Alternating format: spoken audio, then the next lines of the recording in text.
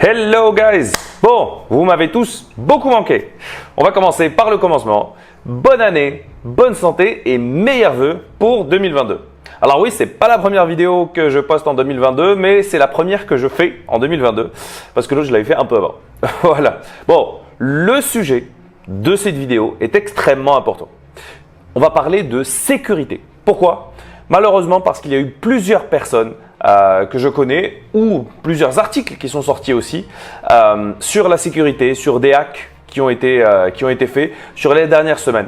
Donc je pense que 2022 va être l'année de la sécurité sur laquelle il va vraiment falloir faire très attention pour être sûr que les coins, en tout cas nos coins, sont en sécurité.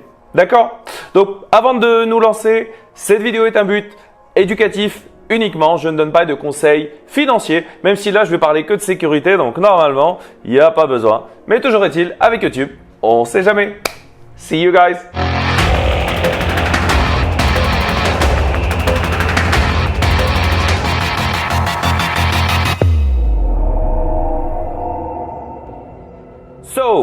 Ce qu'on disait, c'est que la sécurité, cette année 2022, va être extrêmement importante. Et on va commencer par le commencement, les mots de passe, password. Alors, la première des choses, il faut faire très attention. Souvent, ce qui arrive, c'est parce qu'on a peur d'oublier un password, on a tendance à utiliser le même pour quasiment tous nos comptes.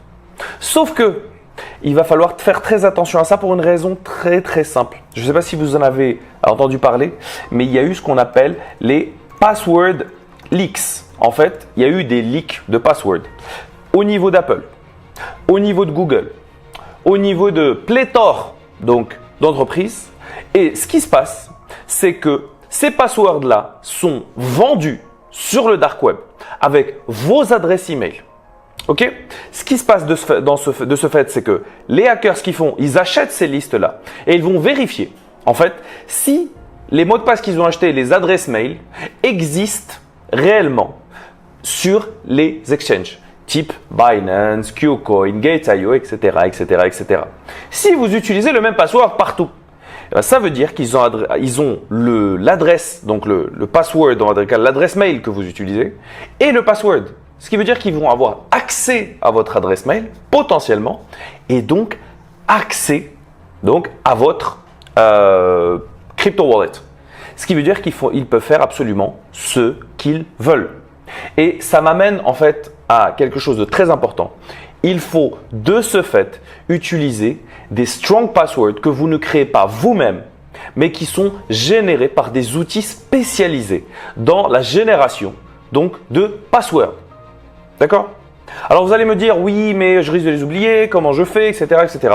Et c'est là où je vais vous montrer ce qu'est un password manager. Donc personnellement, j'utilise des password managers, un spécifiquement, pour pouvoir gérer tous mes passwords. Donc moi j'utilise Zoho Vault, que je trouve très bien et qui fonctionne parfaitement, mais il y en a d'autres. Donc là, j'en ai pris quelques exemples.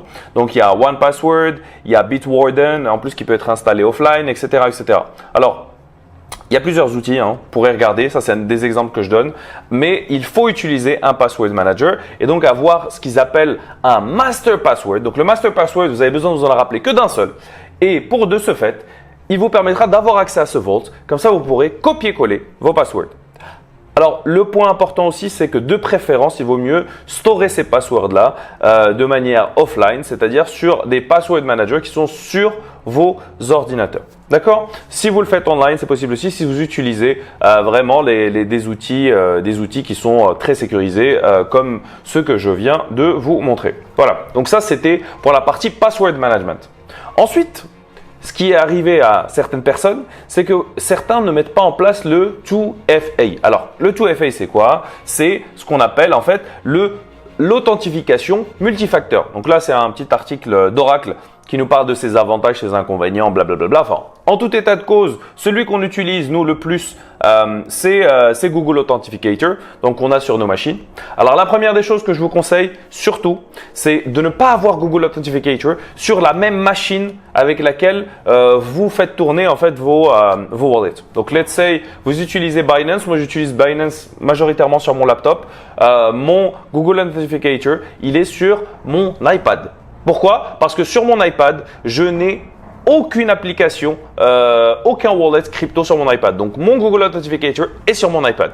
Donc, j'ai mon téléphone aussi, mais je n'utilise pas Google Authent dessus pour des raisons de sécurité. Donc, il vaut mieux, même si vous utilisez le 2FA, avoir un appareil spécifique pour Google Authenticator et un appareil spécifique pour pouvoir naviguer, pour pouvoir faire vos trading.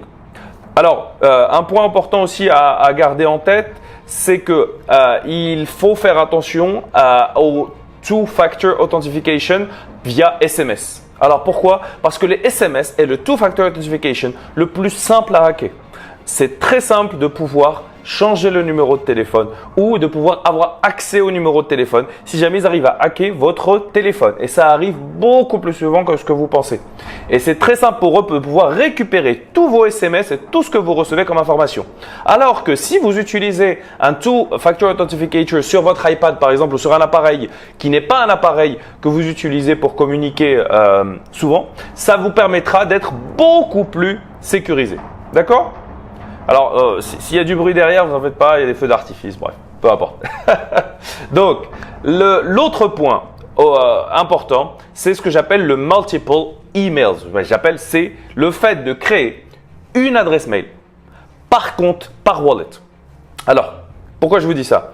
Parce que si vous créez un compte par wallet, ça va être beaucoup plus sécurisé, beaucoup plus compliqué. Si jamais il y a un hack, au lieu d'hacker en fait tous vos wallets parce que vous utilisez la même adresse mail pour tous les wallets, eh ben, ils vont devoir mettre un peu plus de travail. Et les hackers, faut comprendre que eux, ils aiment la facilité. S'ils trouvent des difficultés à pouvoir hacker votre compte, ils vont passer à un autre compte qui est moins sécurisé, qui sera plus facile donc d'accès. Donc moi, ce que je vous conseille, c'est de créer une adresse email spécifique par wallet avec un password spécifique que vous aurez dans votre password manager duquel on a parlé juste avant.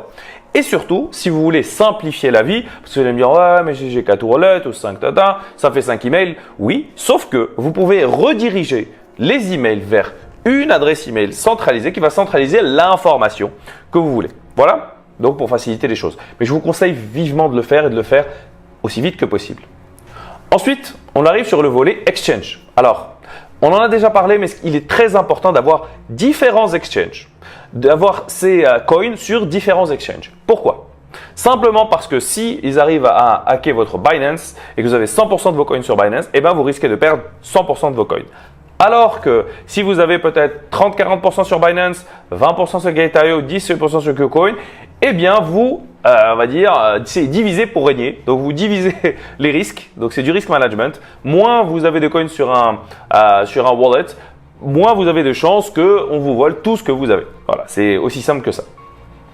On va passer sur le troisième volet qui est celui donc des hardware.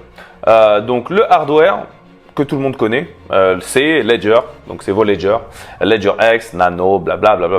Alors eux ce qu'ils disent, it's your money, own it. Alors effectivement, si vos coins sont sur le Ledger, il vous appartient à vous. Il n'y a pas de network qui ne marche pas, Binance est en update, en maintenance, etc., ce qui est arrivé lately. Alors je parle de Binance, ils sont tous en maintenance à un moment ou à un autre. Mais effectivement, si vos coins sont sur votre Ledger, il vous appartient. Sauf que, il faut faire attention, c'est pas parce qu'ils sont sur le Ledger qu'ils sont 100% proof, enfin en tout cas hack proof. Les ledgers peuvent se faire hacker. Quelqu'un qui voit un ledger que vous avez oublié sur une table, qui est sur votre trousseau de clés, que vous avez mis votre trousseau de clés quelque part, etc., peut hacker votre ledger. Il y a des systèmes qui permettent de hacker des ledgers. Donc, il faut faire très attention à ça. Et donc, il peut être détruit, etc., etc. Donc, il y a des avantages, il y a des inconvénients. Mais effectivement, le ledger est une bonne alternative, on va dire, aux wallets électroniques qui sont dans le cloud. Ce qu'il faut faire, il faut faire très attention par rapport aux wallets, c'est à la seed phrase. Parce que les wallets physiques ou digitaux, comme MetaMask, ont une seed phrase. Alors, la seed phrase, il ne faut jamais Jamais, jamais donnez votre seed phrase à quiconque. À quiconque. La personne qui vous demande votre seed phrase veut vous hacker et vous voler votre argent. Mettez-vous ça en tête, s'il vous plaît. Il n'y a personne, ni de MetaMask, ni d'aucun wallet qui va vous demander votre seed phrase. Si quelqu'un vous demande votre seed phrase, vous feriez aussi bien de lui donner votre carte de crédit avec le PIN et de lui montrer où est l'ATM le plus proche pour aller tirer de l'argent. Parce que c'est exactement la même chose. Donc, s'il vous plaît, ne jamais donner la seed phrase de vos wallets parce que cela revient à lui donner vos coins. Et il n'y a aucun moyen de récupérer l'argent par la suite. D'accord? Est-ce que j'ai été clair?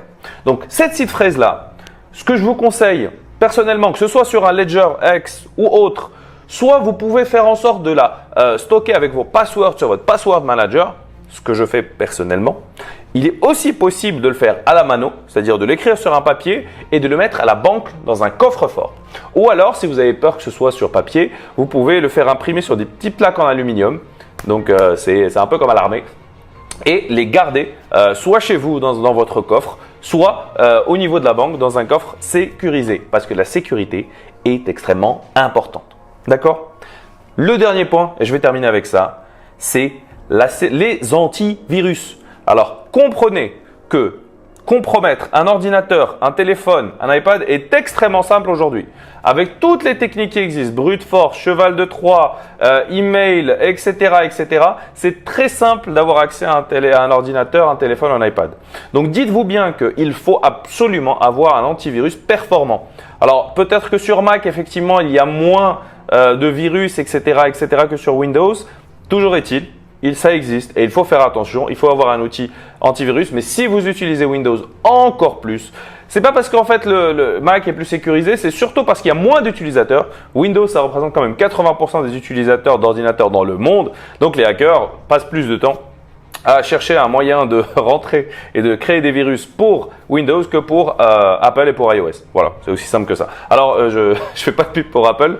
Moi, je suis un utilisateur Apple depuis très longtemps et j'adore ça. Mais pour pas forcément les mêmes raisons. Donc, faites très attention. Ayez un antivirus. N'ouvrez surtout pas de mails suspicieux parce que c'est comme ça qu'ils arrivent à avoir accès à vos ordinateurs. On vous envoie un email anodin vous disant cliquez, vous avez gagné je ne sais quoi. Vous cliquez sur l'élément attaché et ben là, ils ont full access à votre ordinateur de fond en comble, à votre keychain, à absolument tout. D'accord? Bon, donc cette vidéo-là était vraiment pour mettre l'accent sur la sécurité et pour vous mettre en garde contre les possibles hacks. D'accord? On reviendra sur d'autres aspects sécurité, plutôt avec la DeFi, etc. sur d'autres vidéos. Voilà, donc ce sera tout pour moi et puis je vous dis à très bientôt. See you next time. Bye bye.